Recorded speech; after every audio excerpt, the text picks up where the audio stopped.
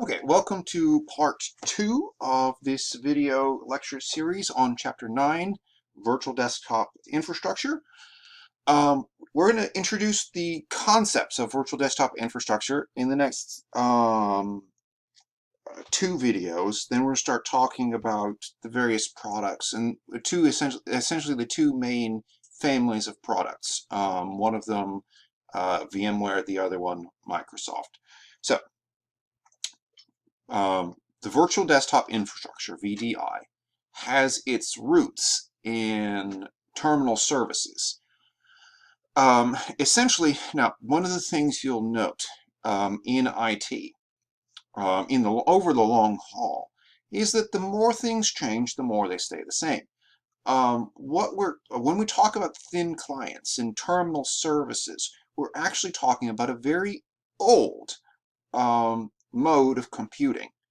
We're going back before the microcomputer revolution of the 1980s, and actually even some of the terminal services and thin client, that operating mode actually continued during the first decade, 15, actually probably I would almost say the first 15 to 20 years of the microcomputer age, because the first microcomputers came out in about 1977, I think, about the same time that Bob Metcalfe and the wizards at Xerox PARC were inventing the original thick coax Ethernet, a thicknet. The one that the cable was so thick you ran a single backbone down the hall, and you attached your stations to it with vampire taps. Anyway, so that's a different story. Remember what you know from your from your networking class about that. There's this really interesting interview that Bob Metcalfe did a few years ago now with the IEEE about how Ethernet happened. Anyway, but I don't want to chase that rabbit. Anyway, in any case, for the longest time, if you wanted to have a lot of compute power in one place, you had to build a really big computer. But obviously, and the thing about those really big computers is you had one or two consoles on them. In the very old days, you had a teletype machine, a keyboard, and a teletype machine. You didn't even have a monitor, certainly not a mouse. And as compute power has evolved, and as the compute power has trended up, there's as Moore's law has brought more and more compute power closer and closer to us. These thin clients have been less useful, less necessary. Anyhow, for the longest time, if you wanted to connect to a computer, you more or less had to find a way to connect a console you could sit at to a computer where it was, because these computers were the old mainframe computers would literally fill rooms, the really old ones anyway. Slightly newer mainframes got smaller and smaller, more or less along in sort of fitting in the physical space of, say, a mini computer. And then there's microcomputers, which we've got lots of now. Anyway, so you had to find a way to connect your users to your compute power. They did that with terminals, with consoles, with thin clients. And that was the only way to do it for the longest time. Then the microcomputer revolution happens, and everybody's got a little bit of compute power right there at their desk, right there to hand. But what if you needed more compute power than you had at your desk? You could try to connect to something else. That's where terminal services, say in the Windows NT era, started. And Windows NT 4.0 terminal services, that puts us in the 1998, 99, 2000, 2001 range. Anyway, so still within my living memory, but not necessarily within the living memory of an undergraduate these days. Anyway, so the VMware, as virtualization, the concept of virtualization took hold, uh, we found a way essentially to go back to that model. So we had thin clients, terminals, terminal services, and then the microcomputer revolution happens. And we don't need them so much anymore. But then the circle turned again. And we realized, hey, we need this again. But now the new way to do this, rather than having a wire running to a serial cable, in some cases, literally a serial cable, running to a mainframe in the back end of your shop. So you've got your point of sale terminals up front and your computer in the back, and there's a wire running between them. Instead of doing that, we can now do all of this with virtualized computers. VMware got into this business in the mid to late 2000s. There were a number of different companies working on this at the same time, including a firm in the UK called Propera. And VMware, kind of taking a page, I suppose, out of Cisco's playbook. Cisco is quite fond of buying companies that are in a business they want to be in. That's how Cisco got into the switching business.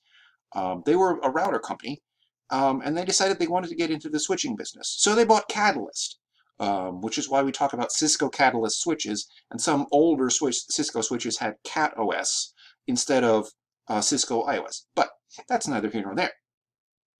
Those early versions of the virtual desktop infrastructure focused around a management component that we call the connection broker, to connect your thin clients to an assigned virtual desktop on the basis of a username, track those connections in a database, audit, control, so you could have a way to log in. The way that Windows NT did this, actually, was remote desktop. So you essentially would use remote desktop with terminal services to tie in to your Windows NT box. And you might actually have experienced that in the past. So we've actually kind of seen it ourselves a little bit, at least what the interface looks like in the VMware chapters. Sorry, not the VMware, the Hyper-V chapters. Because when you connect to a VM in Hyper-V, whether it's local or you're using System Center, what it really acts like you're doing is making a remote desktop connection. You can tell that by the blue inverted trapezoid at the top of your screen with the title of the thing you're connected to and things like that. So let's look at this graphically. So we have got our end users, our devices which have a VDI client. So you still need a piece of software in the mix that will make that connection for you. So instead of having a physical thin client, you have a software thin client connecting through your connection broker, deciding which end user, regardless of the client they're using, is allowed to attach to which virtual desktop. Whether it is literally a virtualized desktop or a virtualized laptop or even a virtualized mobile device. So you've got your connection broker talking to your virtual switch. You've got your agent talking to the connection broker, handing out the virtual desktops. And your virtual desktops actually run on your ESXi hosts. And for the sake of maximum flexibility, they're probably all living in shared network storage.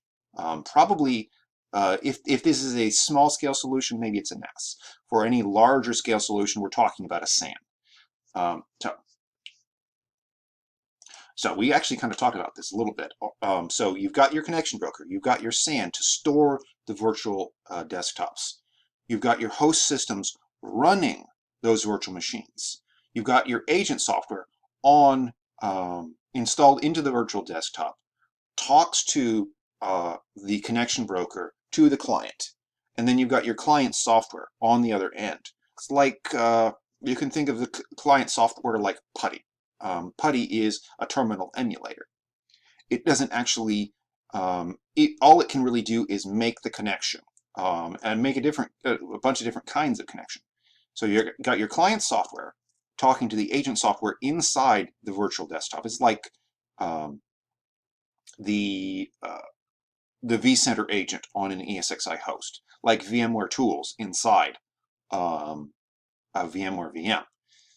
And we store these things in pools or groups, in groups called pools or connections. Um, some of these pools might actually be organized as OUs in Active Directory, because you can have not only OUs of users, but OUs of computers. And as far as the Active Directory is concerned, a computer is a computer. It doesn't have to be a physical computer to be in a group. Now, we also need one more thing: an administrative console, a control center. Um, in VMware's world, this is vCenter.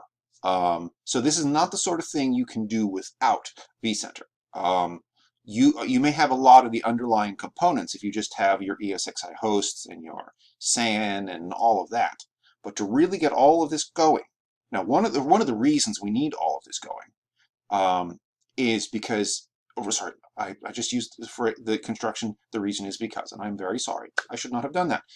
In any case, what if you have to move these virtual machines between one host or another for the sake of load balancing or high availability or fault tolerance? You don't need to do that, particularly in a large-scale implementation. You don't need to spend time watching that yourself. You need something that can do that for you. Something like the distributed resource scheduler, which is possible with vCenter but not with vSphere. So, in the next video, we're going to talk about the challenges and the features, and then we're going to start talking about the various VDI products. We're going to cover VMware Horizon first, and then vSphere. Sorry, not vSphere. Hyper-V's virtual desktop infrastructure after that. So thank you for watching, and we'll be right back.